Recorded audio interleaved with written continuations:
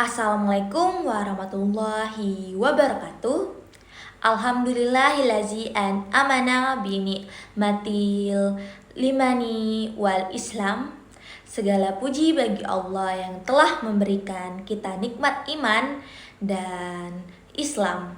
Selawat serta salam semoga tercurah kepada junjungan kita Nabi Muhammad Sallallahu Alaihi Wasallam.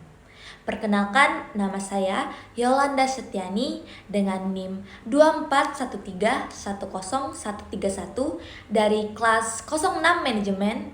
Di sini saya akan menjelaskan materi sejarah kedatangan penjajah bangsa Barat ke Nusantara. Selamat menyaksikan. Pertama, masuknya Portugis ke Indonesia. Kedatangan bangsa Barat ke Indonesia dimulai pada abad ke-16 dengan Portugis sebagai pelopor yang mendarat di Malaka pada tahun 1511. Dipimpin oleh Alfonso de Albuquerque, mereka mencari jalur perdagangan rempah-rempah setelah jatuhnya Konstantinopel ke tangan Turki Utsmani yang menghalangi akses Eropa ke rempah-rempah. Portugis berhasil mendirikan benteng dan mendapatkan hak monopoli perdagangan rempah-rempah. Selain mengadakan monopoli perdagangan rempah-rempah di Maluku, Portugis juga aktif menyebarkan agama Kristen atau Katolik dengan tokohnya yang terkenal ialah Franciscus Xaverius. Portugis ini tidak hanya memusatkan kegiatannya di Indonesia bagian timur atau Maluku, tetapi juga ke Indonesia bagian barat atau Pajajaran. Pada tahun 1522, Portugis datang ke Pajajaran di bawah pimpinan Henry Leme dan disambut baik oleh Pajajaran dengan maksud agar Portugis mampu membantu dalam menghadapi ekspansi Demak. Yang kedua, masuknya Spanyol ke Indonesia setelah Portugis. Spanyol menyusul dengan mendarat di Tidore pada tahun 1521, dipimpin oleh Ferdinand Magellan yang juga mencari rempah-rempah. Ekspedisi bangsa Spanyol di bawah pimpinan Magellan pada tanggal 7 April tahun 1521 telah sampai di Pulau Cebu. Rombongan Magellan diterima baik oleh Raja Cebu. Dengan meninggalnya Magellan, ekspedisi bangsa Spanyol bawa pimpinan Sebastian del Cano melanjutkan usahanya untuk menemukan daerah asal rempah-rempah dengan melewati kepulauan Cagayan dan Danau, akhirnya sampai di Maluku pada tahun 1521. Kedatangan bangsa Spanyol ini diterima baik oleh Sultan Tidore yang saat itu bermusuhan dengan Portugis. Sebaliknya, kedatangan Spanyol di Maluku bagi Portugis merupakan pelanggaran atas hak monopoli.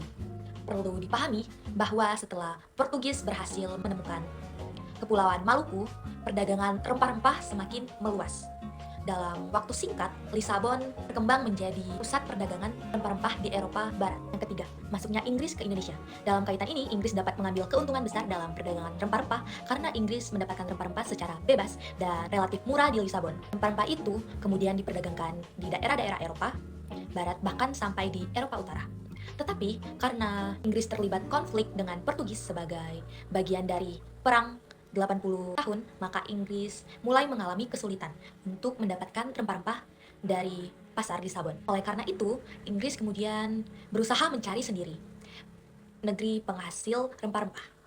Banyak anggota masyarakat, para pelaut dan pedagang yang tidak melibatkan diri dalam perang justru mengadakan pelayaran dan penjelajahan samudra untuk menemukan daerah penghasil rempah-rempah. Dalam pelayarannya ke dunia timur untuk mencari daerah penghasil rempah-rempah, Inggris sampai ke India pada tahun 1602 di bawah pimpinan Sir James Lancaster. Pemerintah Inggris mengirim utusannya ke Banten guna mengadakan hubungan bilateral antara pedagang Inggris dengan Banten. Selain di Banten, Inggris juga membangun kantor dagang di Jayakarta. Inggris datang ke Indonesia pada akhir abad ke-16 dengan ekspedisi pertama dipimpin oleh Francis Drake dan Thomas Cavendish. Inggris telah mendirikan banyak kantor dagang di daerah Indonesia seperti Goa, Makassar, dan Aceh.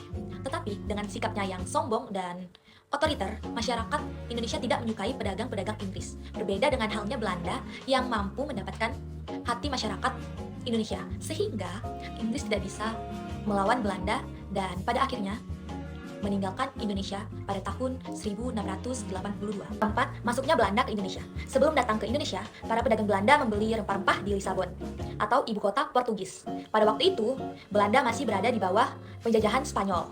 Mulai tahun 1585, Belanda tidak lagi mengambil rempah-rempah dari Lisabon karena Inggris dikuasai oleh Spanyol.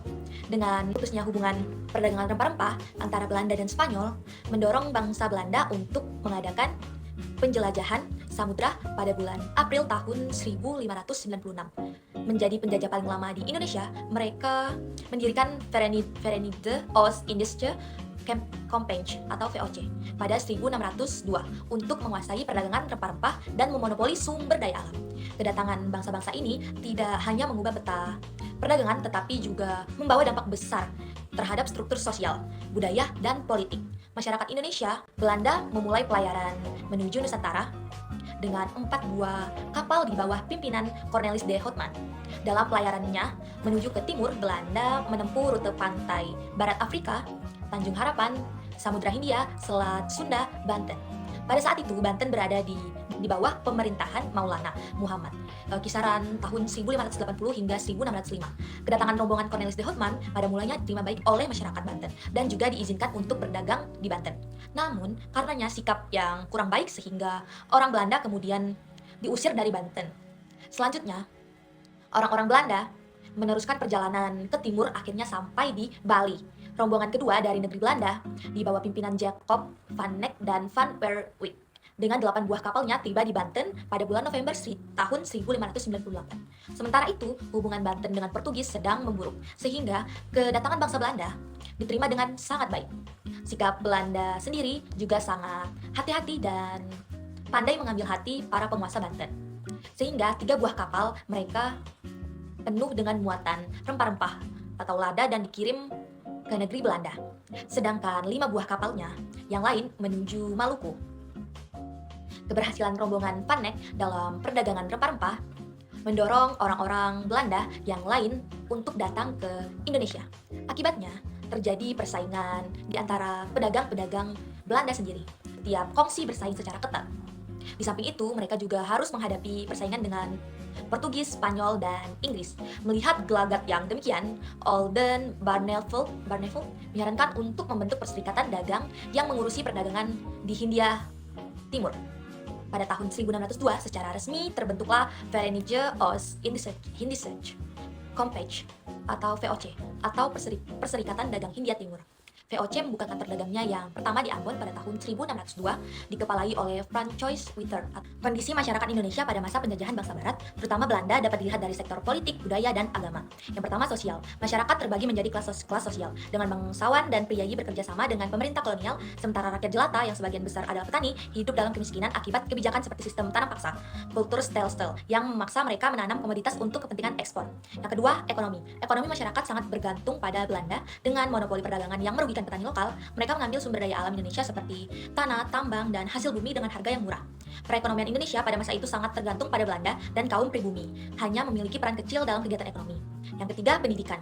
Pendidikan sangat terbatas dan diskriminatif, hanya tersedia untuk kalangan elit. Yang keempat, budaya. Budaya masyarakat Indonesia pada masa penjajahan tertekan oleh kebijakan kolonial. Pendidikan hanya tersedia untuk kalangan elit dan bahasa Belanda menjadi bahasa resmi, sementara bahasa dan budaya lokal seringkali dilarang. Yang kelima, agama. Agama yang dianut masyarakat Indonesia bervariasi, dengan pengaruh berdasar dari Islam, Hindu, Buddha, dan Kristen. Yang keenam, politik. Di bidang politik, pemerintahan kolonial Belanda memperkenalkan sistem pemerintahan yang sentralistik dan otoriter. Masyarakat Indonesia yang memperjuangkan kemerdekaannya seringkali ditekan dan ditindas oleh pemerintah kolonial. Perlawanan masyarakat Indonesia terhadap penjajah, terutama bangsa Barat seperti Portugis dan Belanda, muncul dalam berbagai bentuk dan memiliki dampak yang signifikan. Adapun bentuk-bentuk perlawanannya yaitu pertama, perlawanan bersenjata. Masyarakat melawan penjajahan melalui perang terbuka seperti Perang Diponegoro pada tahun 1825 hingga 1830 dipimpin oleh Pangeran Diponegoro di Jawa, Perang Aceh dipimpin oleh tokoh seperti Cut Nyak Dien dan Teku Umar, pemberontakan Banjar dipimpin oleh Pangeran Antasari. Yang kedua, perlawanan non-kekerasan, meliputi gerakan sosial dan politik seperti gerakan Kartini memperjuangkan emansipasi perempuan dan pendidikan. Organisasi pergerakan nasional seperti Budi Otomo dan Sarekat Islam yang berjuang melalui jalur politik. Yang ketiga, taktik gerilya, menggunakan taktik gerilya untuk melawan penjajahan, memanfaatkan medan yang menguntungkan. Dampak dari bentuk-bentuk perlawanan masyarakat Indonesia terhadap penjajah mencakup berbagai aspek yang signifikan, yaitu pertama, kesadaran nasional. Penjajah menyebabkan meningkatnya kesadaran akan kebebasan dan martabat bangsa, memicu semangat perlawanan di kalangan masyarakat, di kalangan rakyat. Yang kedua, pertumbuhan gerakan nasionalis. Perlawanan terhadap penjajah juga melahirkan gerakan nasionalis yang dipimpin oleh tokoh-tokoh seperti Soekarno dan Muhammad Hatta yang berjuang melalui jalur politik, sosial, dan budaya untuk mencapai kemerdekaan. Yang ketiga, perubahan sosial dan budaya.